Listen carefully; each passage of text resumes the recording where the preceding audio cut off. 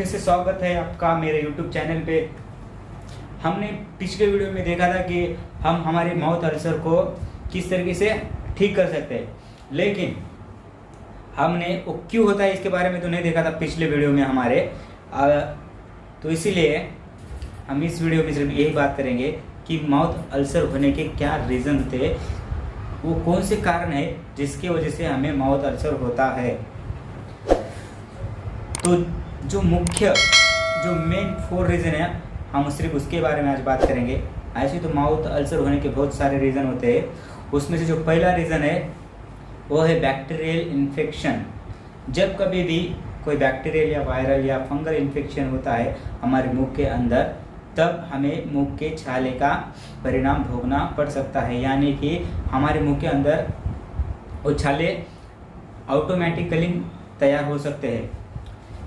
ये होगा पहला रीज़न। उसके बाद में अगर हम बहुत सारे स्ट्रेस में आते हैं, मतलब हम बार बार किसी बारे में सोच विचार करके उसके बारे में बहुत सारा चिंता करते हैं, बहुत सारा उसके बारे में ही सोचते हैं, और दूसरा कोई सा भी काम उतना मन लगा के उतने ही मन लगे कोई काम हम नहीं करते हैं, सिर्फ वही चीज़ के बारे में दिन रात सोचते हैं कि मेरे साथ ये क्यों हुआ, मेरे साथ वो क्यों हुआ, मेरे साथ ऐसा नहीं होना चाहिए था, ऐसा क्यों हुआ मेरे साथ, ऐसा क्यों नहीं हुआ है मेरे साथ, ये नहीं होना चाहिए था मेरे साथ, ये चुप्पी हुआ है मेरे साथ क्यों हुआ। अगर हम यही सोचते बैठेंगे तो इस स्ट्रेस के कारण भी हमें मुंह के छाले आ सकते हैं।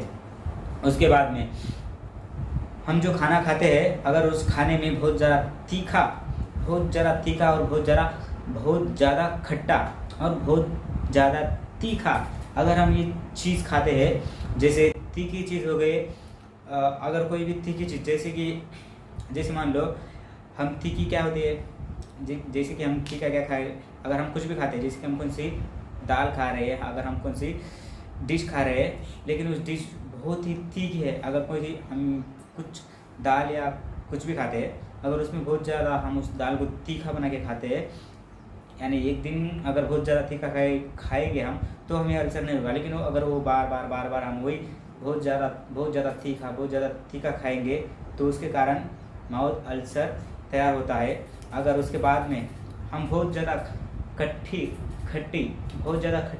चीज़ें अगर हम खाते हैं, तो उसके कारण भी हमें माउथ अल्सर होता है।